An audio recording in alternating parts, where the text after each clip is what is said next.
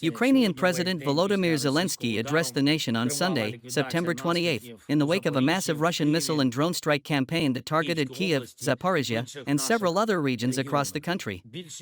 Speaking from Kyiv, Zelensky detailed the devastating impact of the attacks, noting that most of the hits struck civilian residential buildings and other non-military sites, resulting in at least 4 fatalities, including a child, and injuring more than 80 people.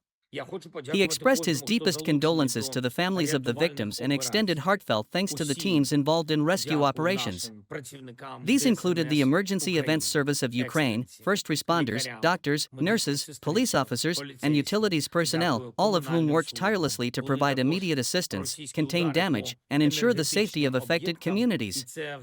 Zelensky characterized the attacks on Ukraine's energy infrastructure as part of a long-standing Russian tactic aimed at destabilizing the country by causing widespread blackouts, noting that the strikes coincided with the ongoing United Nations General Assembly in New York.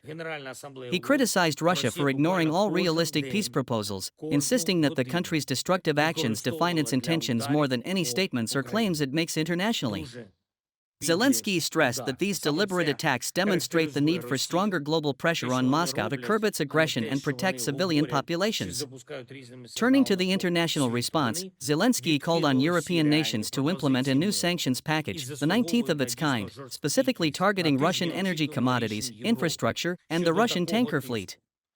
He highlighted intelligence reports suggesting that Russian tankers are being used to launch drones against European countries, further underscoring the urgency of restricting the movement of these vessels, including in the Baltic Sea and other key maritime zones. He emphasized that these measures are not only vital for Ukraine's defense but also for the security of European nations.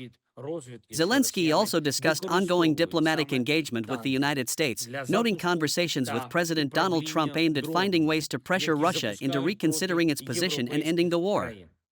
He expressed hope that the U.S. and European partners would act decisively to implement effective measures, stressing that only unified, strong international action could influence Moscow's behavior.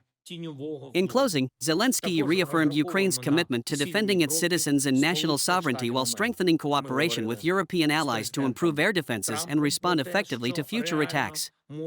He promised that Russia would be held accountable for its actions and reiterated that Ukraine remains resolute in protecting its people, ensuring transparency, and rallying international support to prevent further escalation. Zelensky's address underscored both the immediate human toll of the attacks and the broader strategic and diplomatic efforts underway to safeguard Ukraine, maintain civilian security,